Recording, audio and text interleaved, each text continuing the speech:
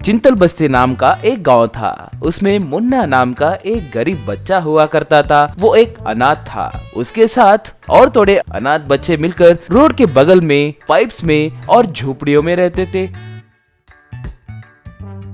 सुबह सुबह थोड़े मिस्त्री आकर उन्हें काम पे ले जाते थे। शाम को वे बच्चे खाने के लिए जो भी मिलता वही खाकर अपना पेट भरते थे। एक दिन एक आदमी उनके पास आकर, रे बच्चों, ऐसे काम करे तो कितना बचेगा रे? कम से कम अब तो मेरी बात सुनकर मेरे साथ आओ। मेरे कहे जैसे करो, भीख मांगे तो तुम्हें बहुत सारे पैसे मिलेंगे। वो बहुत आसान काम है। बच्चे है ना, तुम पे रहम खा के लोग बहुत पैसे देंगे रे। रे, हमने तुमसे कई बार कहा था कि हम भीख नहीं मांगेंगे, हम सिर्फ मेहनत करके आए पैसों से ही खाएंगे, और एक बार यहाँ दिखाई दिए तो तुम्हारा सर फोड़ दूंगा। कहकर एक पत्थर उठाया। वो आदमी मारे डर के वहाँ से चला गया। तब एक बच्ची रोते हुए, भैया, हमारे माँ बाप हमें पैदा ही क्यों किए? ऐसे रोड के ऊपर क्यों छोड़ दिए? जन्म लेते ही मार देते तो कितना अच्छा होता। कहकर रोने लगी। पिंकी, ऐसे नहीं रोते। अपने जैसों को हिम्मत से रहना चाहिए। ठीक है, कल हम सब एग्जीबिशन को जाएंगे। अगले दिन सब मिलकर एग्जीबिशन को गए। वहाँ एक मिनी ट्रेन पर चढ़कर खुश हो रहे बच्चे और बड़े लोगों को देखकर उन्हें वो ट्रेन बहुत पसंद आया। मुन्ना उसे चलाने वाले ड्राइवर से, भैया, इस पे चढ़ने के लिए कितने पैसे लोगे? बड़ों को 100 और बच्चों को 50 रुपए। बोलो कितने लोग चढ़ोगे? आइए भाई आइए, मिनी ट्रेन कहकर पुकारने लगा। भैया, हमारे पास उतने पैसे नहीं हैं, सिर्फ 20 रुपए ही है। हम में से कोई नहीं चढ़ेगा। सिर्फ इस बच्ची को चढ़ाकर एक राउंड मारिए ना, प्लीज। ये क्या मोल तोल कर रहे हो क्या? 20 रुपए में नहीं होगा, पहले हटो यहाँ से। तुम्हारे वजह से मेरा गिराक जा रहा है। एक राउंड मारने में कितना डीजल खर्च होता है पता है क्या तुम्हें? इस एग्जीबिशन वालों को कितना किराया देना पड़ता है पता है? तुम्हें फ्री में घुमाए तो मैं क्या खाऊंगा और क्या कमाऊंगा? जाओ रे जाओ, हाथ जोड़ता हूँ। ऐसे बच्चे मायूस होकर वहाँ से चले गए। रे, तुम दुखी मत हो। अपने पास पैसे नहीं है तो क्या, आज किसी भी तरह चोरी छुपे उसके ट्रेन पर चढ़कर घूमेंगे। क्या कहोगी पिंकी? बाद में चोरी छिपे सब उस ट्रेन के पास आए। वहाँ उसका मालिक सो रहा था। सारे बच्चे उस पे चढ़कर घूमने लगे। मुन्ना उसे चलाने लगा। वो ट्रेन गांव में आकर घूमने लगी। थोड़ी देर के बाद पिंकी, वाह मुन्ना, बहुत मजा आया रे। सुबह होने वाली है, चलो इसे वहाँ रख देते हैं। मगर वो ट्रेन बिना रुके जंगल की तरफ जाने लगी। बाप रे, ये क्या है रे? ये उस तरफ जा रही है, हमें पीछे जाना है ना। मुन्ना रोको रे। कहकर पुकारने लगा। मुन्ना ट्रेन को रोकने की कोशिश करते हुए, रे, ये नहीं रुक रही है रे, ये अपने आप चल रही है। वो मिनी ट्रेन सीधे सीधे एक गुफा के अंदर गई।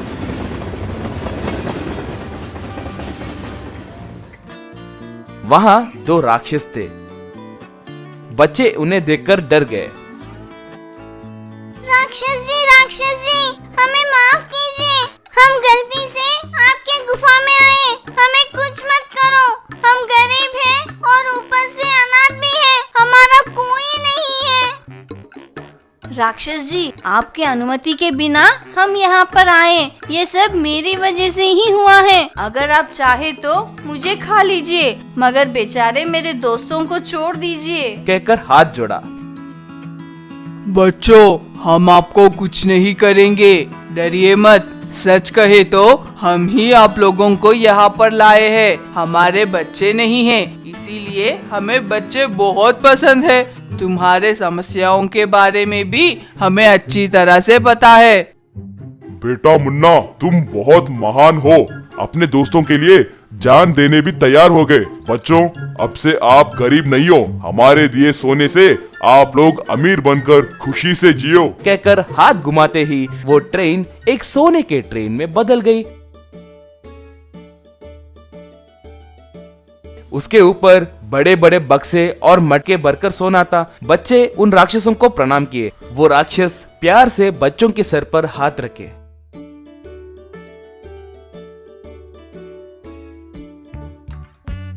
बच्चे उस ट्रेन पर चढ़कर खुशी से वहां से निकले।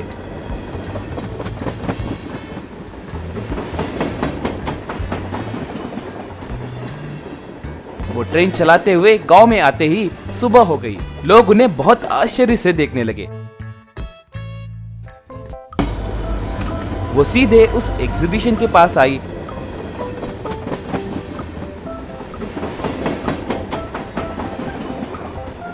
वहां उस ट्रेन के मालिक से मिलकर जो भी था वो सब बताए।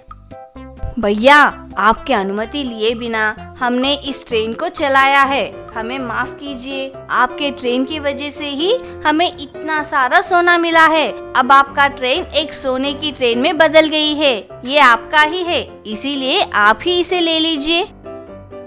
बच्चों, मुझे माफ कीजिए, पैसे नहीं है कहकर आपको मैंने ट्रेन पे चढ़ने नहीं दिया और आपका अपमान भी किया, इसीलिए आपको ट्रेन चुराना पड़ा। इसी वजह से आपको इतनी संपत्ति मिली। आप लोग गरीब और अनाथ होकर भी ईमानदारी में बहुत अमीर हो कहकर आपने साबित किया। सोने के जैसे बदले हुए ट्रेन को इतने ईमानदारी से कौन ला कर देगा? बोलो, वो भगवान आपका भला करे। मुझे इस सोने के ट्रेन की जरूरत नहीं है। मेरे जीवन के लिए एक मिनी ट्रेन खरीद कर दीजिए, मेरे लिए वही बस है। भैया, इस मटके में का सारा सोना आपका ही है। उनसे एक ट्रेन खरीद कर बाकी के पैसे तुम रख लो। आप अगर गरीब बच्चों को मुफ्त में घुमाओगे तो वही हमारे लिए बस है। कहकर उसे सोना दिया। जरूर बेटा, वैसे ही करूँगा कहकर सोना लिया। बच्चे एक बड़ा बंगला खरीदकर उस सोने के ट्रेन में फिरते हुए खुशी से जीने लगे। एक गांव में माया नाम की एक औरत हुआ करती थी। उनकी शादी को कई बरस हो गए, मगर उन्हें बच्चे नहीं हुए थे। तब एक दिन उनका पति शंकर, माया, हमारे शादी होके इतने साल हुए थे, लेकिन तुमको तो बच्चे नहीं हो रहे हैं। अब से पैदा होंगे कहकर मुझे आशा भी नहीं है, इसलिए मैं दूसरा शादी करने वाला हूँ। अब से हम दोनों के बीच में कोई रिश्ता नहीं है। कहकर घर में जो गहने, पैसे, कीमती चीजें सब कुछ लेकर वहाँ से चला गया। माया सब कुछ खोकर रास्ते पे आके खड़ी हो गई।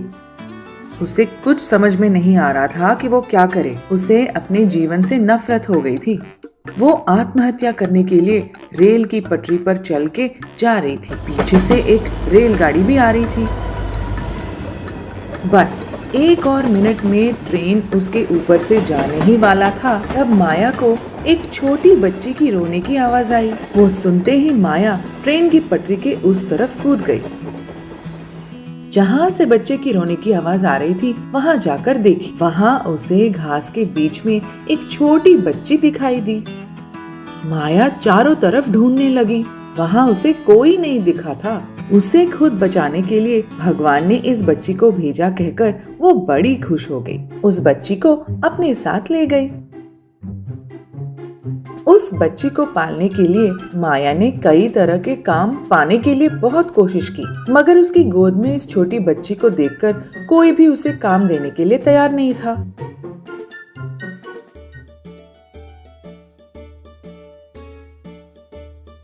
तब वो उस बच्ची की भूख मिटाने के लिए भीख मांगना शुरू कर दिया। एक दिन माया बस स्टैंड में भीख मांग रही थी। तभी दो लोग उसके पास आए। वो उनकी तरफ ना देखते हुए, खाना खा के 2 दिन हुए, इस भूख को मिटाने के लिए कुछ तो दे दो बाबू। बेटी माया। अपना नाम सुनते ही माया सिर उठाकर देखी तो वो दोनों व्यक्ति उसके पिता और उसके भाई थे। माया का भाई तुरंत खाना लाके उसे दिया। माया पहले उस छोटी बच्ची को खिलाकर फिर वो जल्दी जल्दी खाना खाने लगी। ये दृश्य देखकर माया के पिता माधव और उसके भाई राजू की आंखों में आंसू आ गए।